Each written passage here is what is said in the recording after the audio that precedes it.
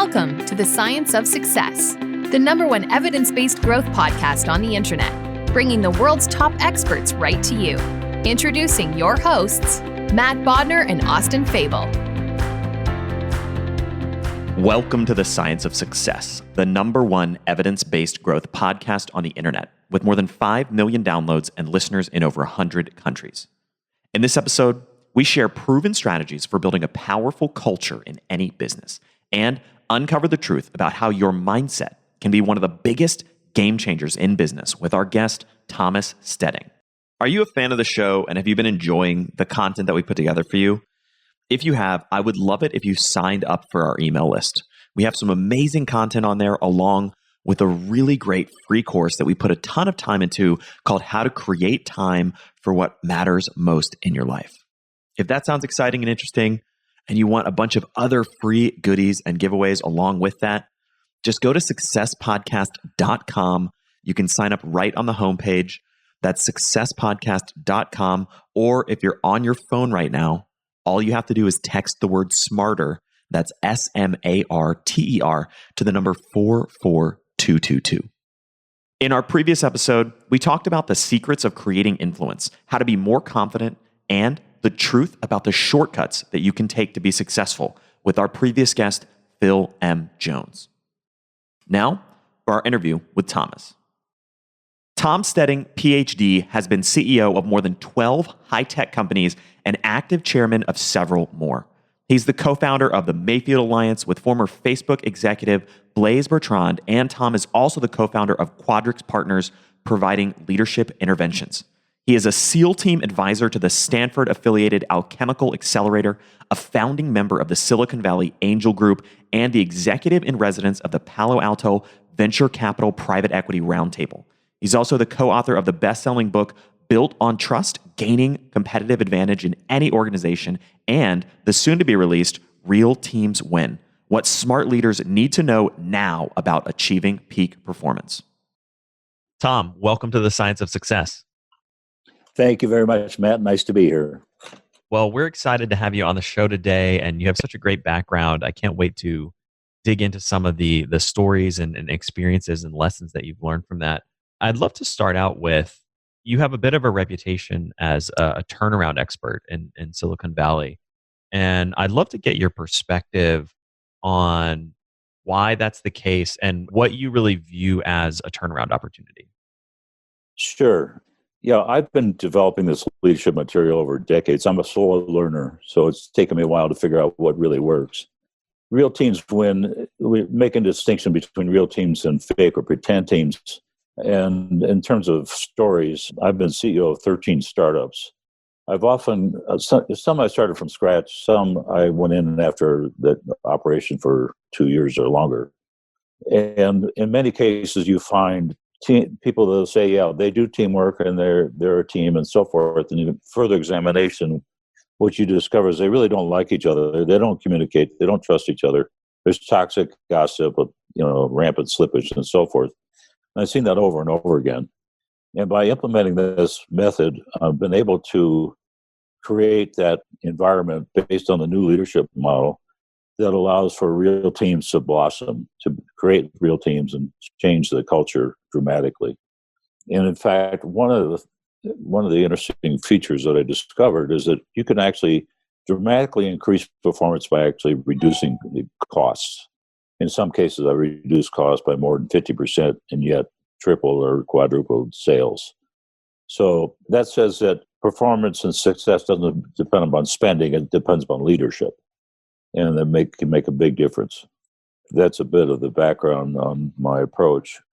The issue here is I would describe the approach of the book as a depth perspective, getting to the emotional life of the team, what's really going on between people, and understanding at that deeper layer. That's where the real action occurs. I've gone through periods in my career where I thought strategy was everything. I thought project management was everything, operational management, technology and all that. And it turns out those things are sometimes important, but they're not sufficient for success. What you've got to do is get to the deeper layers in the organization and rebuild it from the bottom up. So that's what the book is about. there's a lot of different things you've already shared that I really want to dig into and explore a little bit more. Let's start with this notion of getting to the emotional life of the team.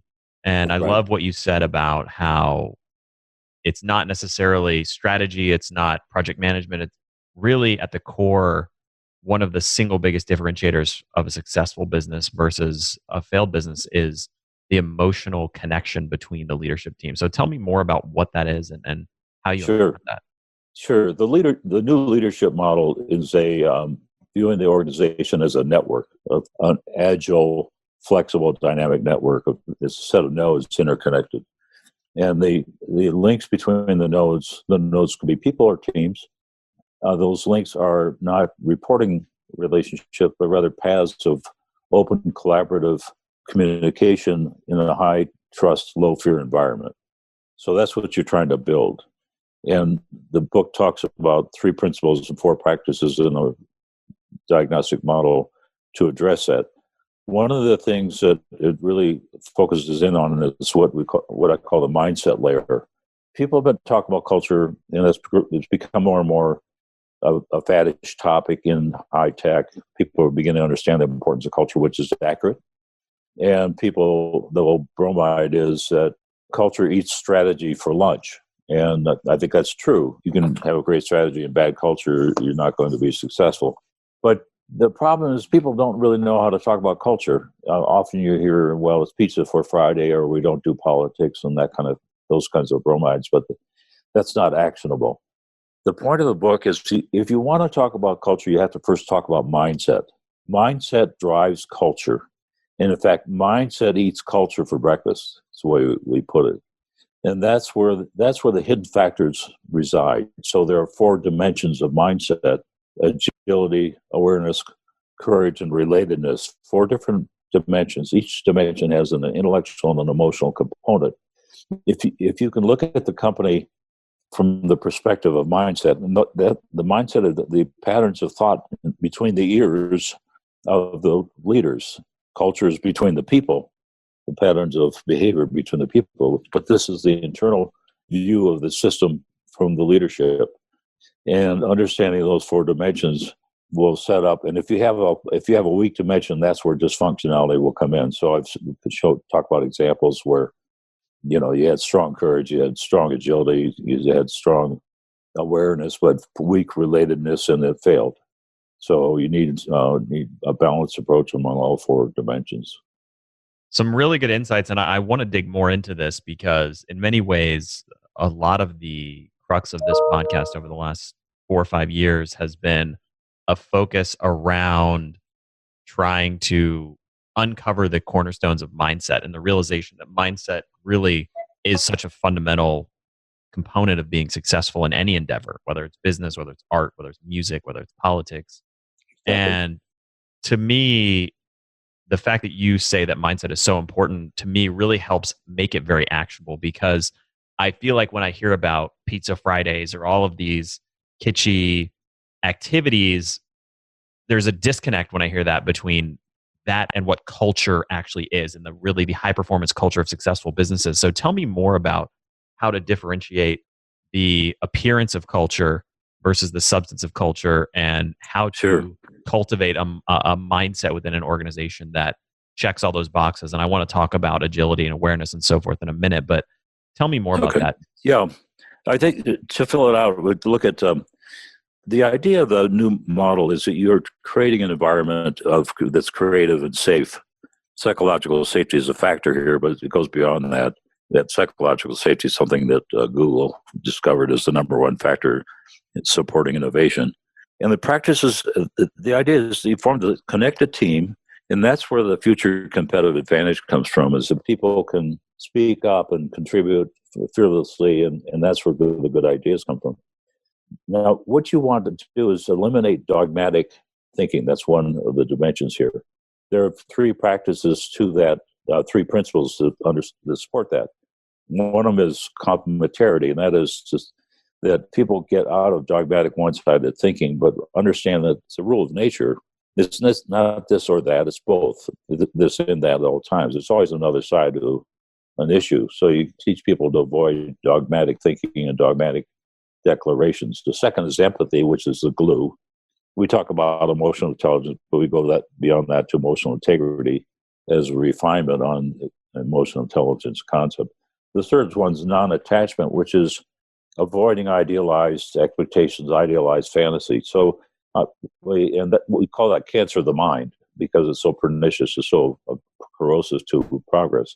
So an example, I had a VP of marketing in a company I took over, and she had to sit at the end of the table. I didn't care where I sat in the conference room. I sat somewhere in the middle. We're having a creative dialogue about a program, and she pounds the table and says, "We have to decide whether we're going to do this in September or not." That's a dogmatic statement that killed, right then, when you have a dogmatic statement, it kills creative collaboration. That was the end of the discussion. She reduced it to a simple, one-bit answer, as opposed to staying in the creative mode and looking for the better answer. The connected team always can create better ideas than you come up with on your own. I relied on that. I think on the weekend I'm worried about such and such thing. I'll go on an executive staff meeting Monday morning, and I'll say, I'm kind of worried about this. I'm thinking maybe we should do this. And they knew it's not a very smart idea. And it's like fresh meat to the team, and they just devour that, and they chew it up, and you always, almost inevitably, somebody somehow out of that process comes a better idea. So it's that kind of an approach.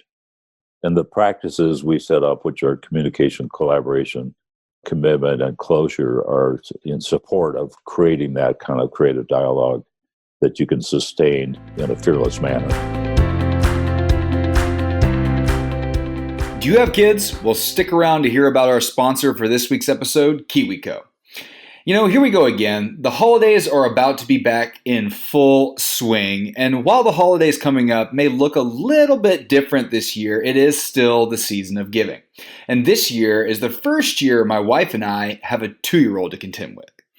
If you think that parking them in front of the tablet for a period of time so you can enjoy yourself, maybe have a glass of wine, is inevitable, well, think again. Let's talk about KiwiCo. KiwiCo delivers hands-on science and art projects for kids of all ages. Everything needed to spark curiosity and kindle creative thinking, which makes KiwiCo the perfect gift. With KiwiCo, kids can engineer a walking robot, design a plant pendulum, conduct bubbling chemistry experiments, and more, all from the comfort of home. Now, me and my 2-year-old picked the Space Search Kit, and it was an absolute blast. It came with this easy-to-assemble sensory box and some stuffed planets and suns to put inside. My kid had a great time sticking her hands in and out and grabbing them and pulling them and putting them back in. And it came with an awesome paint set and ball with stickers where you spread the paint inside the shipping box and then roll the ball over the stickers, and it makes these tiny little suns. It was an absolute blast. And it's been weeks, and she's not bored of the sensory box yet, which is honestly saying something. It's pretty incredible. I can't wait for our next box. I think I'll try the holiday theme, maybe something like the little tree or pop-up playmat. It's hard, and believe me, I know, to find creative ways to keep kids busy while stretching their brain, especially now with everyone kind of being stuck inside. But KiwiCo does the legwork for you, so you can spend more quality time tackling projects together in a fun way.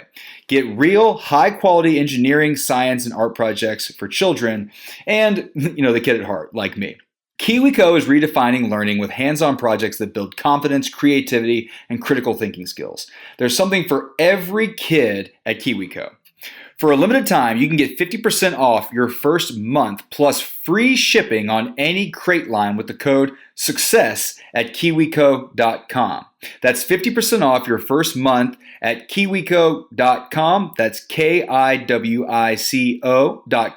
using the promo code SUCCESS today. You won't be disappointed. I love the sponsor KiwiCo. I'm loving the crates. It's so aligned with everything that I want to be as a dad when I'm playing with my kids to help her grow and learn and be curious. Again, that's kiwico.com. Use the promo code SUCCESS for 50% off your first month plus free shipping on any crate. I understand the conceptual level of this very clearly. The idea that increased emotional intelligence, awareness, and a focus and orientation towards the truth and non-attachment to specific outcomes or views, openness, creativity, all these things are vital to the health of a team. how do you really think practically about day one? You come into a company, it's a turnaround situation. How do you approach that? Because, I mean, especially if you're dealing with financial realities of the business, losing money, whatever it might be, Mhm. how are you balancing that? Hey, guys, let's sit down and everybody needs to adjust their mindset to be more open minded or whatever, versus, hey, we need to cut costs and hey, we need to reduce the team and all of these practical realities of the business. So what I typically do is the first day I will take the team offsite for 2 to 3 hours and train them and go through all the material, knowing that this is at that stage simply an intellectual exercise. They'll hear the words, they'll say, yeah, sure. And then you set up the process of drafting the way I've done it before. You don't have to do it this way, but we draft a statement of operating principles or practices, 1 page, and everybody gets to contribute to that, and it's based on the material that was in the training. And everybody gets to offer their edits, and then everybody signs it. Now you've got a statement about how we're going to move forward. I have a weekly all hands meeting. Sometimes I go more frequently than a week. It's voluntary. They call it tea with Tom is typically the way it's done. People can come in, and it's not scripted. It's not a tell and sell event. It's here's what's going on with you guys. Anybody got ideas? It begins a process that takes time to evolve. It depends upon how deep the problems are at the beginning. One company took over in Lake Tahoe, was run by a psychopath. There's an employee handbook, and if he caught somebody like leaving early to go to a dentist, he would revise the employee handbook and resend it out. You can't leave early to go for a dentist and so forth. It was a symbol of tyranny. So I called the fire department, got a license or permit. I told everybody to print off this 100-page document, bring it out in the parking lot, and we had it on fire, and we burned that. So that was a symbol of that. And plus, some people, I kept saying in the all hands meeting, I want you to speak up. I want you to speak up. And it took time. People were scared to death to speak up because they got shot before. I had this experience in other times in my earlier career where the culture was, if you speak up, you get shot. Well, you got to teach people it's not only safe, that you're almost requested to speak up, even toss out half-brained idea, because you can start working with half-brained's idea and find the really good idea that's residing behind the half-brained surface. And so you create that kind of permission. I've had 2 instances where investors, we did everything we said we would do. 6 months later, one investor abandoned the company, so we had financial trouble for 6 months.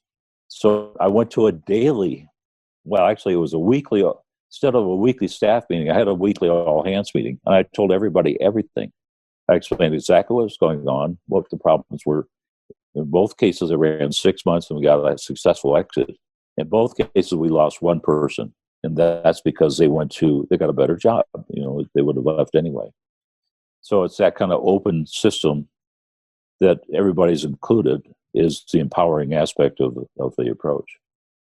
How much of this approach is focused around your specific interactions with the executive team versus trickling that down, sharing it with the entire company? And how do you think about permeating the culture, the mindset shift that you're creating in a company from just you to the executive team to the broader organization? You proceed top down in the sense that you train everybody, and you really work with the executive team and ensure that they're really on board, that they are adopting this ahead of the other members of the team, that leaders go first. And if you have issues with the executive team, you deal with them promptly. Because if there's an obvious problem in the company and you're not dealing with it, there are 2 conclusions. One is you don't know about it, which means you're not paying attention. The one is you don't care, which means you're stupid. So you boldly address issues early as you can, early as they're identified. And then the executive team models that kind of behavior on through their staff and emphasizes that. The all hands discussions contain a big chunk of it is people saying, well, here's a problem. How do I deal with it? And I go back to the principles and say, well, this is what we do. We tell the truth, or we get closure, or we honor a commitment, or whatever it takes. And to help them really understand how to apply it in specific, pragmatic, instances. Tell me more about this idea. I like the notion of surfacing issues really promptly and dealing with them. Tell me more about that framework and how you quickly address whether it's problem individuals or problems that come up. Right. I just hate gossip. I think toxic gossip is corrosive, of course, and needs to be rooted out. The alternative is direct communication, talking to the person that can actually do something about the problem, not gossiping about somebody else that can't do anything about the problem. And I make a big deal out of that. And I had a woman executive in a company I ran, and she was addicted to gossip. She could not stop. And I warned her, and I fired her. People knew that I fired her because she gossiped. That solidified the impression that this was important. She was, she had talents that were available to the company. You got a bad person, it's better to have nobody in a position than a bad person, however talented they might be. And how do you think about when you come into a situation, assessing who is going to stick to or adapt to the cultural changes that you're making versus who is not going to stick around or who you might need to let go? So often there will be an early phase of coming in and doing an assessment before actually coming on to run the company. And I've done that before as well. And they get the 90-minute interviews with about 5 to 7 key people. You can detect it immediately. It's not a rational questionnaire kind of approach, scoring thing. It's an intuitive grasp. Mostly it's about whether the person you're talking to is comfortable in their own skin, whether they are low ego, or are they putting on something, are they trying to present a persona, a cover up. You quickly get an idea, independent of their technical skills or management or marketing skills or whatever, as whether they are able to evolve as part of an overall team evolution and be part of something that works, in a healthier manner. So you can pick it out very quickly. That sets up the action plans to follow. That makes a lot of sense. We've all heard for years that it's important to have a diversified portfolio. Stocks, bonds, mutual funds, that sort of thing. But if you've ever looked at a breakdown of the most successful portfolios, you'll typically see a diversified set of real estate. So why isn't it one of the first asset classes you consider when you're looking to diversify? Well, simple. It hasn't been made available to investors like you and me. Until now, that is, thanks to our partners at Fundrise. They make it easy for all investors to diversify by building you a portfolio of institutional quality real estate investments. So whether you're just starting to invest in real estate or looking to add more, our friends at Fundrise have you covered. Here's how. Fundrise is an investing platform that makes investing in high quality, high potential real estate as easy as investing in your favorite stock or mutual fund. Whether you're looking to add stable cash flow via dividends or prefer long-term growth through appreciation, Fundrise, they've got you covered. To date, Fundrise manages more than $1 billion in assets for over 130,000 plus investors. Since 2014, the Fundrise platform has averaged 8.7 to 12.4% annual returns, and investors have earned more than $79 million in dividends alone. Start building your better portfolio today. Get started at fundrise.com/SOS. That's capital S, capital O, capital S. To have your first 90 days, wow, that's a long time, of advisory fees waived. That's Fundrise, fundrise.com/SOS to have your first 90 days of advisory fees waived. Fundrise.com/SOS. I want to come back to some of the practical pillars of this that you talked about a minute ago. You mentioned agility, and correct me if I say these wrong, agility, awareness, courage, and relatedness. Are those the 4 pillars of organizational mindset? Right. Could you briefly give me a description of what each of those is and how you approach implementing them? Sure.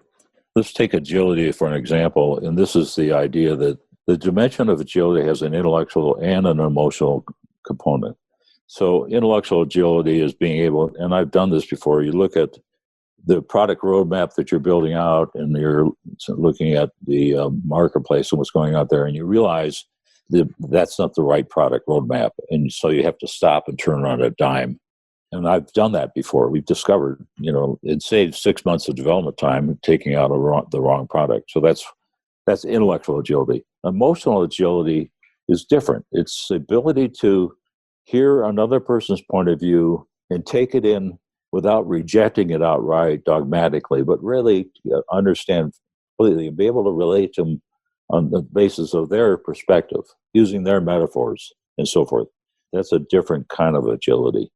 Likewise, there's awareness. The CEO needs to know the marketplace and the competitive situation, barriers to entry, the economics, and all that kind of stuff. It's very important. But the emotional side of that is to really understand what's going on with a team. Are they trusting each other? Are they acting on the principles that have been laid out? Where's the drama? Drama is always evidence of sand in the gears, to mix my metaphors. But looking for the functioning of the team at the emotional connectivity level. So those are two dimensions of awareness that are important. Relatedness is kind of a latecomer to management. It seems like a California West Coast idea, but it's very important about both externally with customers and account management, that kind of thing, but relatedness internally, the ability to sustain productive, dialogues with people without going dogmatic on them, avoiding this agree to disagree conclusion in a collaborative conversation, that sort of thing. So I had an instance of the first startup I ran was Pretty Good Privacy. It was a famous email encryption company. We put privacy on the map. We were considered to be the marketing of the gorilla in 4 months by the press. We brought in a guy, and we established a values-based approach that was, we had the process that I just described, and we had several documents that explain what our values were and how we're going to behave. And part of that was direct communication and respect, two different ideas. I brought in this guy, and he grabbed VP of product marketing or products, a woman, very bright woman, and berated her loudly in the hallway. And so I called him in.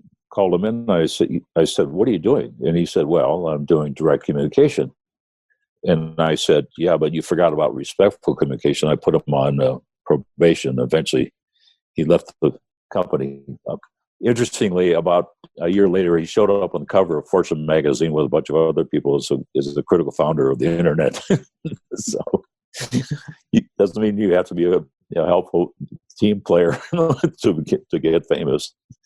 But I still stand by the action I took because it was very, very destructive. So. Yeah, that's a great example. And I think, a lot of this stuff seems like it's common sense in many ways. If you believe in the importance of checking your ego at the door and having an open approach to communication, those kinds of things. For me, it always comes back to the application of it is much harder than the theory. And what are some of the sticking points that you've seen or places where it gets really hard to implement some of these mindset changes? It's easy to understand intellectually, and it's difficult to behave and carry out at the emotional level. One of the most difficult things is narcissism. Now, the book has about 11 interludes looking at ancient myths. And people would say, well, they're old stories and they're not relevant today. Well, I'll tell you something. Those mythic figures are sitting in the conference room today or on a Zoom call. The message of Narcissus was that he couldn't take input. The narcissistic leader will not listen to people on the team and won't listen to people outside the company. The mind's made up and they're going to proceed, on that basis. That's the opposite of the kind of mindset that we need in the team. People are open to hearing other points of view and work with those points of view as opposed to rejecting them outright. That's probably the core to team dysfunctionality is narcissism. And so there's a material in the book about how to detect narcissism in the team and how to deal with it. But if you have a narcissistic leader, you have a great deal of trouble implementing this overall blueprint approach that's described in the book. What are some of the practical strategies for detecting narcissism? There's a list which is actually derived from the DSM, which is the Dictionary of Mental Illnesses. But it's things like people who talk too much, that they use the I word a lot. They're dogmatic. They can be emotionally reactive, so they won't take criticism. They're touchy. They're defensive. There's the whole list of things. But you can imagine that kind of a character. Difficult to work with, not listening. Spend a lot of time, promoting their own value as opposed to working on the problem. Those kinds of things. I want to come back to some of the practical examples from your experience. I know you've worked with a lot of different businesses. What was the typical size of a company in terms of maybe the team size of an average business that you got involved with and helped turn around? It would run from, the average size is probably around 35 people, 35, 50 people. Sometimes it runs up higher than that. Sometimes it was a fresh start, 3 founders working to get it off the ground. Pretty good privacy. I hired 6 executives in the first 4 months. So I built that top down, eventually got to 75, 80 people or more, something like that. I've done work with accelerators, including the Stanford-affiliated Alchemist Accelerator, and given presentations on the material to groups of like 25 CEOs in a particular class. And the response is, well, we're too early for that. And my answer is no. When you have 2 people, you now have a team. The time to set the values and the principles for the company is that early point. In fact, with pretty good privacy, I stopped the whole process and spent a day with the core founding team to develop those value statements and principles, and got those in place first before you start bringing people on. It's also a recruiting tool, and it's a filter. You can see people's reaction to it. If they say, "Oh, this is BS," I'm going to do it my way, they're not going to come on and be part of the team. It's very inspirational. People want to be, but one of the 4 things that people want is to be part of something bigger than themselves that reflects their basic values. That's a critical factor in attracting the right kind of people. You know that meditation is the single most recommended strategy and tool on the science of success, and that I'm constantly singing its praises. I've been a daily meditator for almost 7 years now, and I highly recommend starting your meditation practice. And that's why I'm so excited about our sponsor for this episode, Headspace. Headspace is one of the only meditation apps advancing the field of mindfulness and meditation through clinically validated research. Headspace is great for dealing with any challenge in your life, whether you're overwhelmed and you need a quick 3-minute SOS meditation to reset your mind and body, or if you're struggling to fall asleep, or if you simply want to have a lovely morning meditation with your children. Headspace's approach to mindfulness can reduce stress, improve sleep, boost focus, and increase your overall sense of well-being. I've used Headspace and I'm a big fan. On top of that, Headspace is backed by 25 published studies on its benefits, over 600,000 5-star reviews, and over 60 million downloads. One of the great things about Headspace is that it makes it easy for you to build a life-changing meditation practice that works for you on your schedule, anytime, anywhere. You deserve to feel happier, and Headspace is meditation made simple. Go to headspace.com/success. That's headspace.com/success for a free 1-month trial with access to Headspace's full library of meditations for every situation. This is the best deal offered right now. Go to headspace.com/success today. Is there an organizational size that you found, you touched on it a little bit just now, but that these principles work better for? I mean, i.e., if you have a company of 3 people, is it too early to come in and say, okay, here's all the stuff we're doing? Or if you have a company of 200 people, is it too large to say we can really actually impact these changes and push them through the entire culture of the organization? I think it's pretty much independent of it's size agnostic. When you're at 3 people, a typical founding team has a crazy founding CTO, for example. You've got to deal with, and in a pretty good privacy case, it was a really crazy CTO.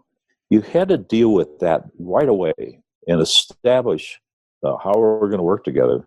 Because as you add people, if you haven't dealt with it, it's going to get multiplied and becomes, it's contagious.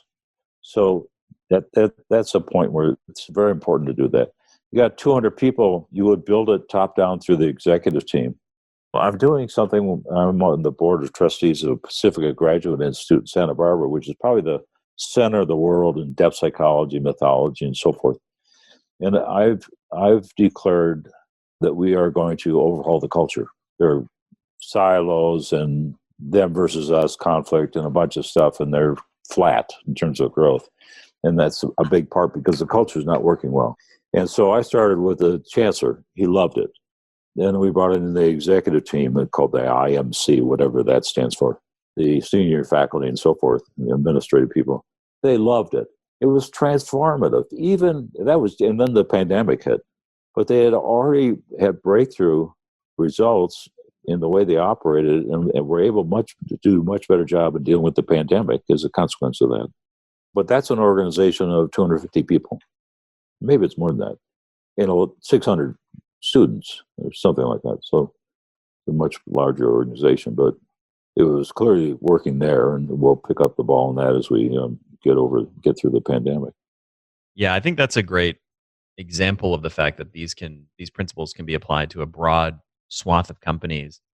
Another small theme that you shared a couple different times is this notion that you have to really address challenge issues, whether they're people problems or organizational, structural, business problems, at the very front end. I really like that notion that if you don't address the problems on the very front end, then they're going to multiply and become worse as the company scales or grows or as you add people to the organization. That's right. And I talk about this in the book. The full implementation of the 3 principles and the 4 practices creates a sealed container in the sense that problems come up in the system. There's a dialogue, respectful dialogue, collaborative dialogue to find a creative solution. There's a commitment to solving that, and it's an authentic commitment, and things get solved. And this is going on at multiple levels at the same time in the organization without the necessity of top-down intervention. It's an organic, self-healing, self-correcting, self-regulating entity. And it's amazing when that happens. Suddenly, people are happy, and they're feeling productive, and they're proud of their work, and they're finding a great deal of meaning in their work life, which is where people want to find meaning, as opposed to going through the motions. The survey firm Gallup has done 2 surveys 10 years apart, came up with the same thing, is that 2/3 of the employees are disconnected from their jobs. They go through the motions. It's not meaningful to them. You can think about the wasted capability that's now, you're sitting in the conference room, the person on either side of you, they're not connected, they're not engaged, they're not contributing, they're not getting creative, they're not energized, they're not inspired. What a waste. This is the thing that this approach is what creates that positive environment. People are engaged, they are energized, and that's why you can dramatically increase performance while cutting costs. Such a great insight. And Tom, for listeners who want to start to implement some of these ideas into their own lives or businesses, what would one action step be or action item that you would give them to start applying these practices today? I would start by, there are different places you can start. One is to start to examine the system around you and assess the quality of the interactions to see whether people are truly listening to each other, they're trusting each other, they're open in their communication, have a permissive attitude towards ideas and letting people speak up, or it's the opposite. That would tell you the system that you're in. To the extent that you can influence, you are either the leader or part of the leadership or can influence the leadership, then I would suggest presenting the idea of using these principles and practices, and maybe preceding that with an assessment of the company based on this 3-layer model, including the mindset and the 4 dimensions. And be a nursing conversation and an executive team meeting. How are we doing on these 4 dimensions? Where are we successful? Where are we failing? As a starting point to really understand how to build this out. So those are some things you can do. The issue that people will ask about and have asked about in the past is, well, I'm in an organization they really are screwed up and it's a bad culture, and what should I do? My answer is sort of what I just said, which is you try and influence direction. If you can't do it, it's what my first co-author called discovering gravity. You just discovered gravity. You're in a system that's not going to change, and you have to decide if you want to move on or you want to tolerate that system in a suboptimal way. So it's not like you got instant cure for all situations. It's going to require top down. It's going to come from the leadership, and the leadership's got to be open to this. In a lot of cases, they're not. Yeah, that's a great insight, and one that if you really take a look at your situation, you might realize that you can't create the change that you think is necessary, and maybe you need to jump ship. I was on a board of a public company, and the CEO was really good at public company financing and nano capital markets and so forth, but he's a very bad operational leader and was heading for trouble. He had a lot of trouble in his team. And I said, one of the concepts in the book is complementary partnering, or what we call twinning. 2 people have a mutual, total, unconditional commitment to each other to help out and listen to each other and so forth. And I offered that to him, and he refused. He refused because he felt if he partnered with me, he would show weakness, that he had to get help. He refused the call for partnering. The stock went down. I mean, literally, it went down 99.98% as a result of his leadership. And they ran up, $60 million in debt. And he said later to a colleague of mine, he says, I should have listened to Tom, but I could have helped him out. That's the cost of this kind of thing. And Tom, where can listeners who want to read more, find more, et cetera, find you and your work online? The book's available on Amazon and Barnes & Noble. I can be reached by Tom at realteamswin.com. Happy to collaborate, respond to that. I'm also on LinkedIn. Well, Tom, thank you so much for coming on the show, sharing your story and your wisdom, some great insights into how to build the right mindset in any organization.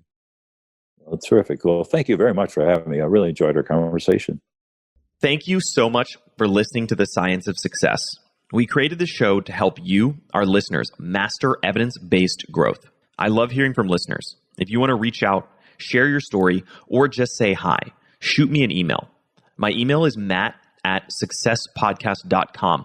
That's matt@successpodcast.com. I'd love to hear from you, and I read and respond to every single listener email. I'm going to give you 3 reasons why you should sign up for our email list today by going to successpodcast.com, signing up right on the homepage. There's some incredible stuff that's only available to those on the email list, so be sure to sign up, including an exclusive curated weekly email from us called Mindset Monday, which is short, simple, filled with articles, stories, things that we found interesting and fascinating in the world of evidence-based growth in the last week.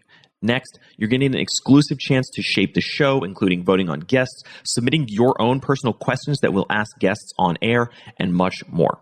Lastly, you're going to get a free guide we created based on listener demand, our most popular guide, which is called How to Organize and Remember Everything. You can get it completely for free, along with another surprise bonus guide by signing up and joining the email list today. Again, you can do that at successpodcast.com, sign up right at the homepage, or if you're on the go, just text the word SMARTER, SMARTER, to the number 44222.